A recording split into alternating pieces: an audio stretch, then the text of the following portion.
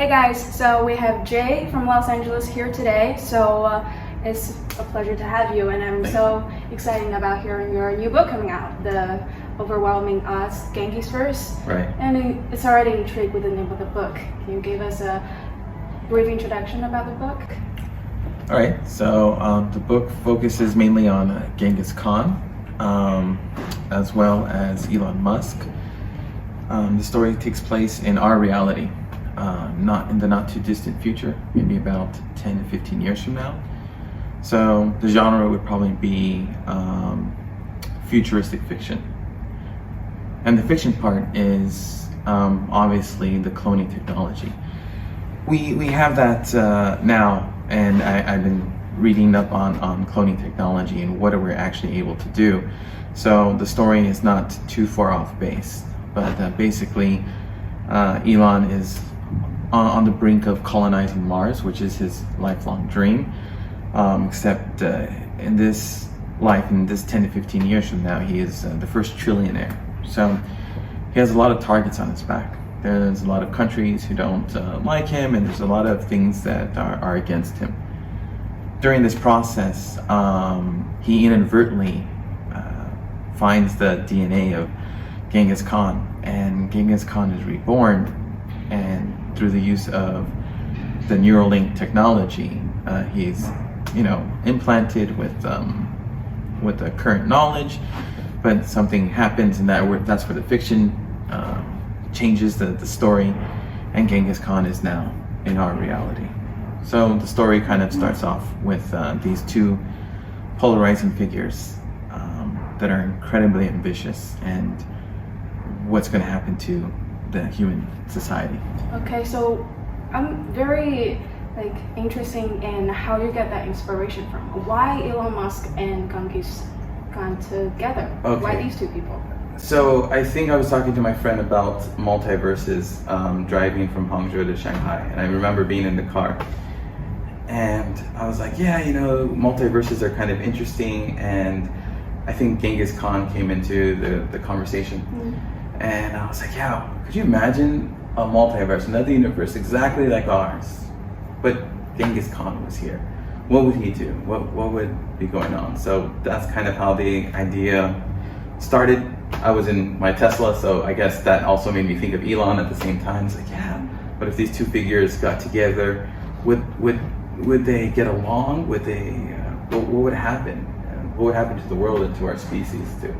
So you choose a half based on reality background to your story, right?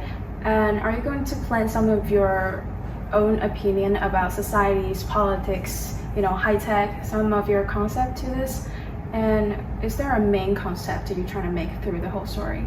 Yeah, I'm going to try to keep it as real as possible, because I want to create a story where people actually feel like, well, this can actually happen, right? Like, we're only 10 years, 15 years away from this happening. For example, in the book, Elon has already landed his spaceships on Mars, unmanned spaceship on Mars. That's very, very possible.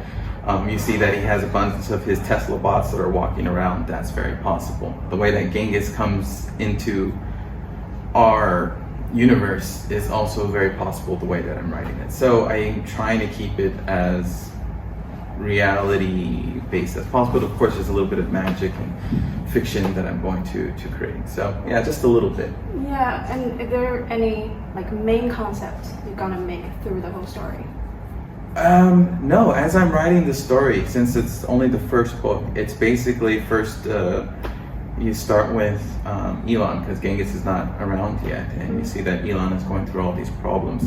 He becomes the first trillionaire in the world, and the more successful he becomes, the more rivalries and enemies that he has, and the more problems that happens to him. So he's under a bunch of pressure. And all of this takes place mainly in Mongolia and the Gobi Desert, because of Mars. They're using that for simulations in real life, as it is. And that's mainly the focus in the beginning. Then the story starts to push forward with Genghis coming, and they're trying to clone, and they're trying to use Elon's technology of, what was that? It's escaping me for a moment.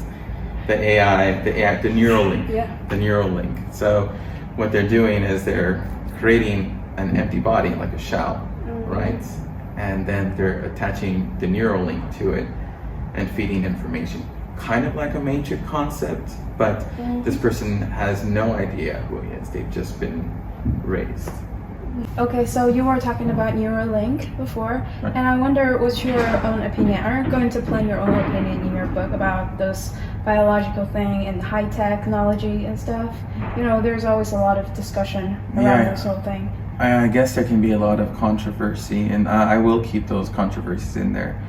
You know, the more that the human species gets more high tech and our technology furthers, there are going to be definitely governments trying to stop it and preventing things.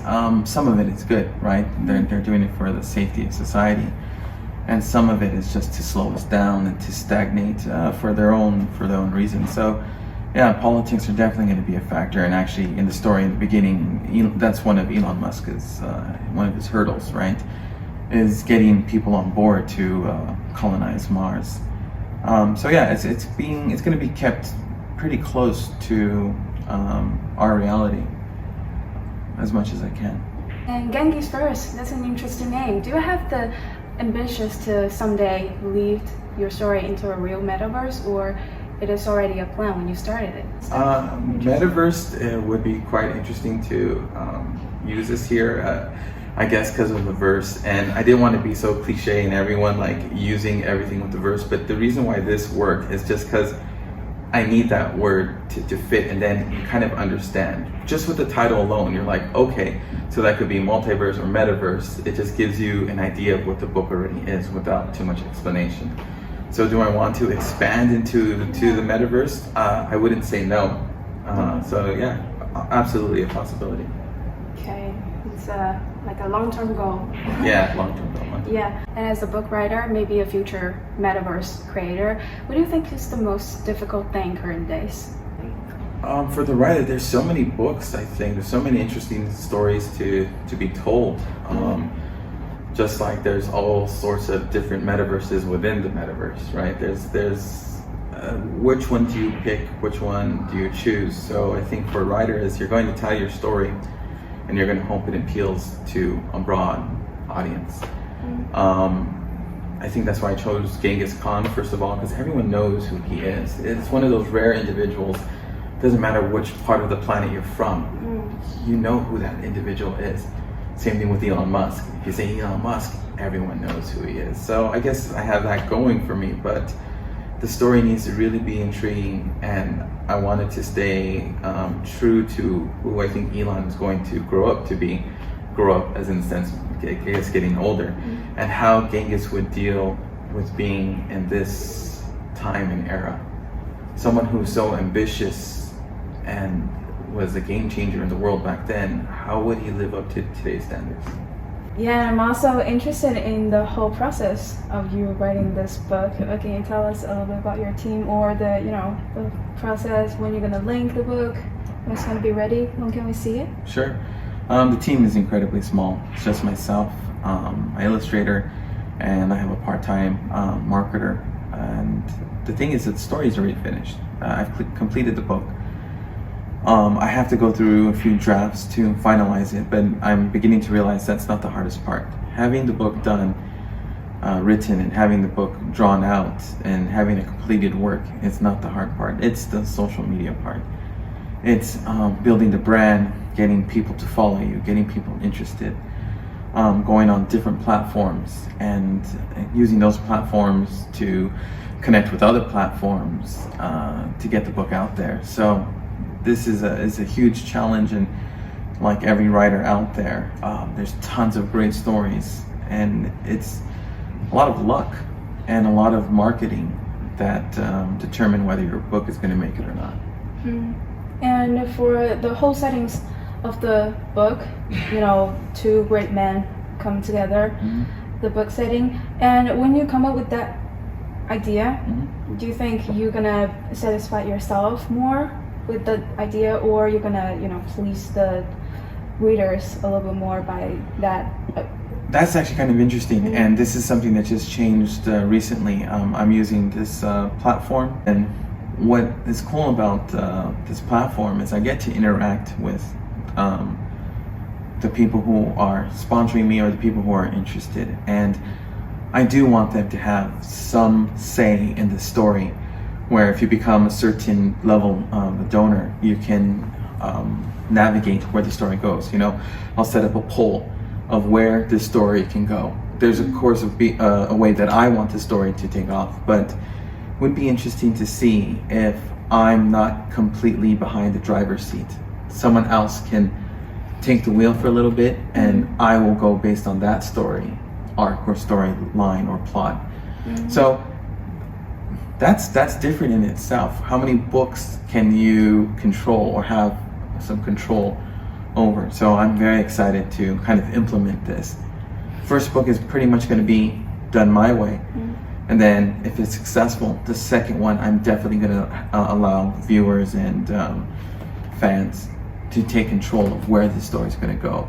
Maybe I want Genghis to go in this way, and they're like, no, we really want him to go this way, and I can definitely write it that way. And they'll show me things that even I haven't even thought of. So that's the great thing. It's like, imagine if you had, let's take the Marvel universe for example, and they created an open story and allowed fanboys and fangirls to change some of the things. How much more better those stories would be.